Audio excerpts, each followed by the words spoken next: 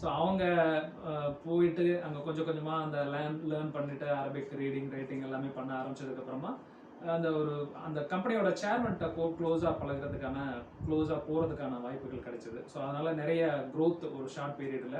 So அங்கே ஒரு junior அனலிஸ்ட்டை join பண்ணி அதுக்கப்புறமா அவங்களோட அந்த யூஎஸ் மார்க்கெட்ஸில் ட்ரேட் பண்ணிட்டு இருந்த ஒரு கம்பெனி, கிட்டத்தட்ட ஒரு $100 மில்லியன் கிட்ட ட்ரேடிங்கில் பண்ணிட்டு இருந்தவங்க.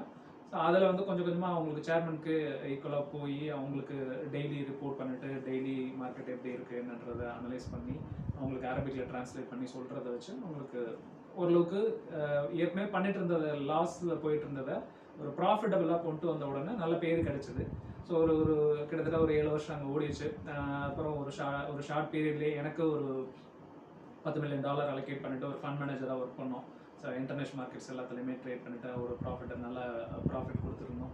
ஒரு 2009க்கு அப்புறமா